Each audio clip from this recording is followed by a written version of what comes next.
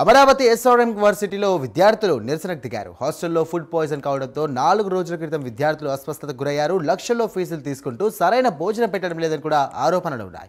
ఇక నిల్వ ఉంచినటువంటి ఆయిల్, గుడ్లు, కూరగాయలు వాడుతున్నారని కూడా విద్యార్థులు ఆరోపిస్తున్నారు. యాజమాన్యం దృష్టికి తీసుకెళ్లినప్పటికీ పట్టించుకోవడం లేదని కూడా విద్యార్థులు అంటున్నారు. పూర్తి నివేదిక ఇవ్వాలని కలెక్టర్కు ప్రభుత్వం ఆదేశించింది. దీంతో ఆయన అధికారులతో కూడా కమిటీ ఏర్పాటు చేశారు.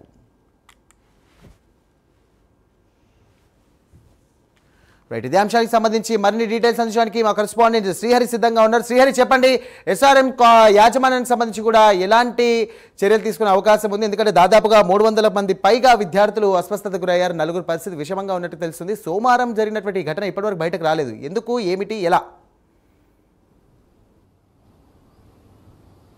సాయిరామ్, మనం ఏదైతే ఇక్కడ ఎస్ఆర్ఎం యూనివర్సిటీ ఉందో అమరావతిలో, ఈ ఎస్ఆర్ఎం యూనివర్సిటీ పైన అయితే పెద్ద ఎత్తున విమర్శలు వస్తున్నాయి.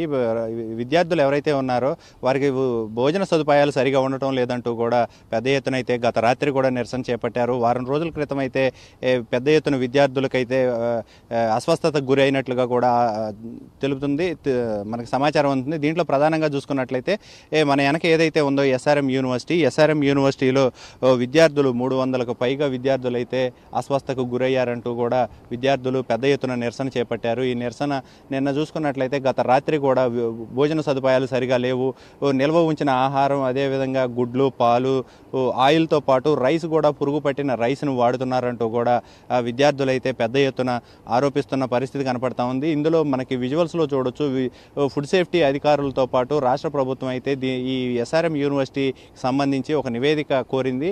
రాష్ట్ర ప్రభుత్వం జిల్లా కలెక్టర్కి అయితే ఆదేశాలు ఇచ్చింది. ఈ నేపథ్యంలోనే జిల్లా కలెక్టర్ కూడా 6 సభ్యులతో అయితే ఒక కమిటీ వేశారు.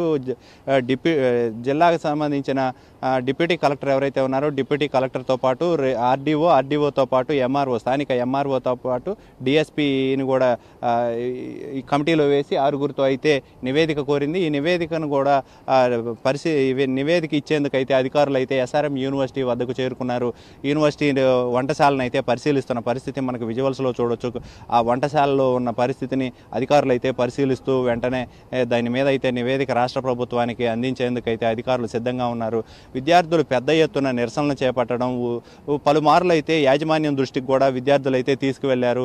తమకు భోజన సదుపాయాలు, వసతులు సరిగా లేవు, భోజనం నాణ్యత లేదు, దానికి సంబంధించి ఎలాంటి సరైన ఆహార భద్రతలు పాటించడం లేదంటూ కూడా విద్యార్థులైతే ఆరోపించారు. తల్లిదండ్రుల వద్ద చాలాసార్లు విద్యార్థులు మొరపెట్టుకున్నాము, తల్లిదండ్రులు కూడా యాజమాన్యం దృష్టికి తీసుకువెళ్ళినా కూడా యాజమాన్యం సరిగా పోవడంతో విద్యార్థులైతే పెద్ద ఎత్తున నిరసన చేపట్టారు. గతంలో 4 రోజులు కూడా విద్యార్థులైతే పెద్ద ఎత్తున కూడా నిరసన చేశారు.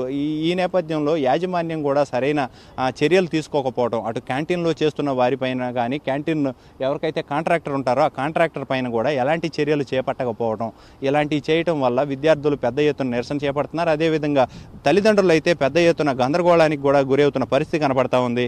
ఇందులో తల్లిదండ్రులు కొంత భయాందోళనకు గురవుతున్న పరిస్థితి కనపడతా ఉంది. ఇందులో ప్రధానంగా చూసుకున్నట్లయితే విద్యార్థుల తల్లిదండ్రులు భయభ్రాంతులకు గురవుతున్నారు.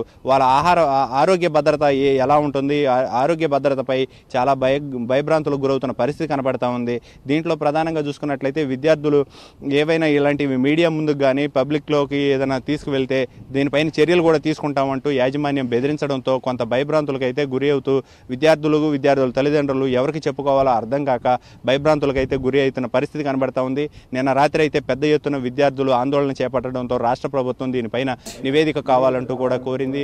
దీనిపైన కమిటీ వేసి వెంటనే అధికారులు అయితే దర్యాప్తు చేస్తూ వెంటనే దీనిపైన సమగ్ర దర్యాప్తుతో పాటు రాష్ట్ర ప్రభుత్వానికి ఒక నివేదిక అయితే ఇవ్వనున్నారు.